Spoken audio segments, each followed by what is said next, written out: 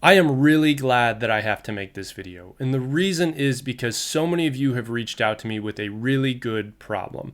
Your problem is that you've put in the effort and the time to do well on your written test, your fitness test, your interview, and now multiple departments are offering you a job at the exact same time. Or maybe you're like some of the other people that have reached out to me, you're currently in a department that isn't that great of a fit for you, and you're trying to lateral out and go somewhere else, and now multiple departments are trying to hire you.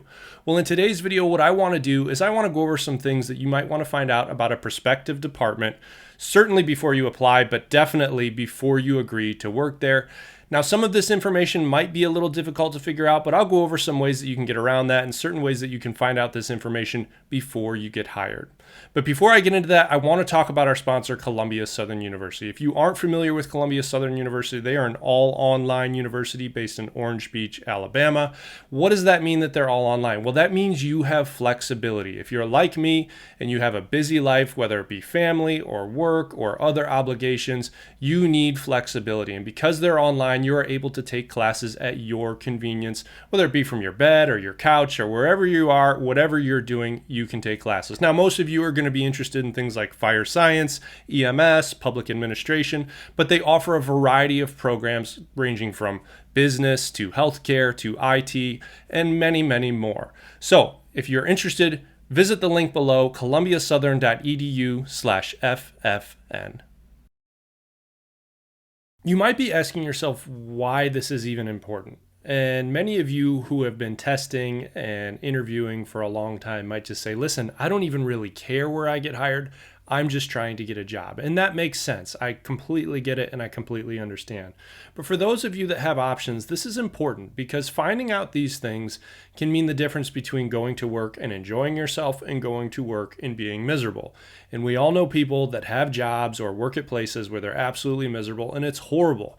They dread going to work, they dread waking up in the morning, and it's just an awful experience all in all.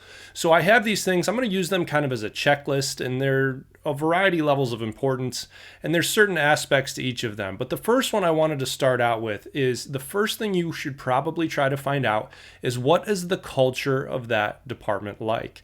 Now, there's a lot of things that could go into the idea of the culture of a department, and the thing that makes this even more frustrating is it's like a tiered system. There's the department, and then if it's a large department with different stations, each station kind of has its own culture. And then within that, each crew kind of has a different culture. Each crew kind of has its own reputation. Some are the lazy crews, some are the uptight crews, some are the fun crews. Anybody that's worked in fire for a long time will tell you that that is certainly the case. But what you're going to want to do is try to find out what the overall culture of the department is. What does that mean? So are they a very militaristic and uptight department, or are they a little bit more laid back? I've heard of departments where you have to wear Class Bs all day, every day, badges on, shined up, boots shined, ready to go. Other departments are a little bit more laid back. It's just kind of station pants and t-shirts or maybe polo shirts, and you go about your day. That's important. If you're somebody that doesn't think you would fit in very well in one of those environments, or maybe you need that structure in kind of more paramilitary or militaristic type of place, maybe you should consider getting into a department like that. So what are some other differences in culture? Well, interpersonal. What does interpersonal mean? Interpersonal means what are the actual crews like? Now, this is going to be difficult for you to figure out. And the best way, especially if you have never been around anybody from that department, is to start asking around. Different departments have different reputations. Where I am, everywhere out there, you will talk to some people who know people that work at other departments and they have a terrible reputation. They don't know anybody there that's friendly or enjoys working there. And other departments that have great reputations where people are trying to get hired there. That's a place, a destination department, if you will, where people are trying to go and get hired on there. Another thing talking about culture, which might be different, is how serious do they take training? Is training just kind of an afterthought and we'll get to it when we get to it? Or are they one of those departments that take training very seriously and that's something that they do every day, whether it just be watching a video, doing kind of a PowerPoint, going through different things, kind of a refresher, or actually getting hands-on training, throwing ladders, pulling hose, doing all sorts of different evolutions. These are big differences between departments, and depending on you and your personality type, you may fit in better at different departments depending on what the culture's like.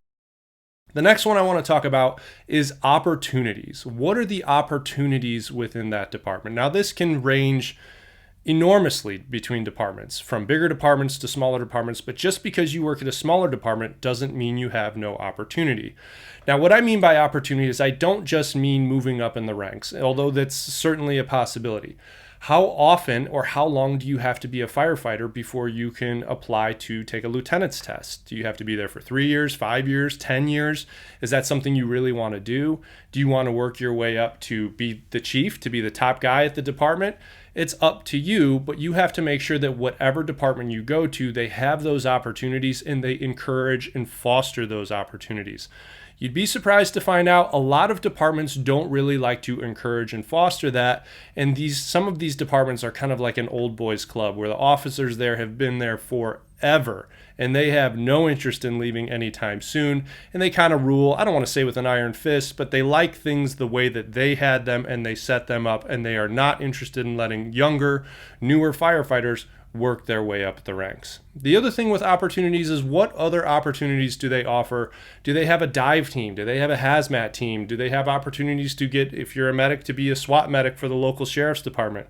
What other positions within the department do they have? Do they want somebody to come in and spearhead a community involvement group? There's all sorts of things you can look at for opportunities, because maybe just showing up and fighting fires and training and doing EMS every day isn't your thing. You might want to expand the department or grow the department in other areas. So try and find out as much as you can about what opportunities are there and whether or not that particular department, this goes back to the culture, fosters those opportunities in young firefighters. The next one you're going to want to find out, and this is a really important one, is the relationship of the department to the city.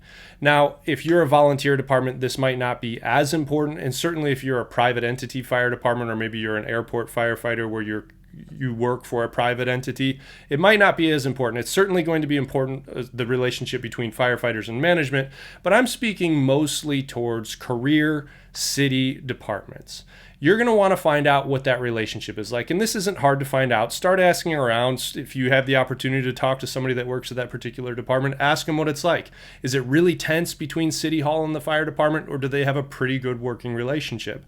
Now, this isn't a deal breaker. If you find out that the relationship between the fire department and the city is on very, very poor terms, new mayors, new council members get voted in all the time. So that can change. But it's important to know what it's like, because this is going to affect your money, how much you're going to be getting paid, what's your time off going to be like, what are your benefits going to be like.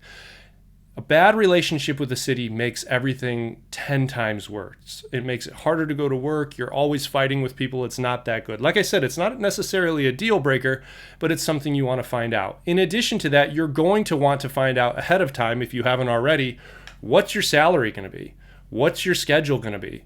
The first department I got hired at was a 24/48, where I work now. We do the California swing schedule. I would never, ever, ever want to go back to the 24/48. A lot of guys love it. I did not like it. I much prefer the California swing. Try to find out things like that. Try and find out what your base salary is. And on that note about base salary, there's a lot of people in the fire service, and this is more of a older generation firefighter thing, where they say you shouldn't be doing it for the money. It shouldn't matter. And that could not be more wrong. This is your job. This is your career. So your benefits, your money, your time off, all of those things are extremely important. And you need to know that ahead of time before you sign the dotted line and agree to work there.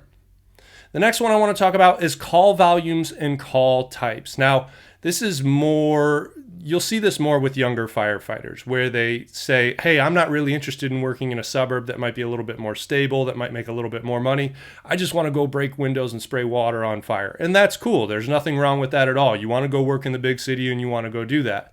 There's other firefighters that say, I don't really care about that. I'm in this because I'm in here for a job and I'm trying to get good benefits and good money and time off for myself and my family. And I'm kind of looking out more towards the future. Either one's fine. There's nothing wrong with either one of those. But one thing that you should know is that EMS and fire are merging in a big way across the country. And if you aren't familiar with the fire service, the number of fires across the country has gone down, and that's a good thing. And I can make other videos on that and talk about that. I've talked about that in some of the other channels. But fire departments are becoming increasingly responsible for EMS calls. Now, if EMS is something you don't want to do and you hate the idea of being on an ambulance, you are going to want to be very careful about what department you choose, because so many departments are doing that. And for most departments, that's their primary responsibility, especially if you're talking about a smaller department or a suburban department. Now, if you go to one of the giant departments like in New York, Chicago, LA, Oakland, any place like that, yeah, you're going to be fighting a lot more fire.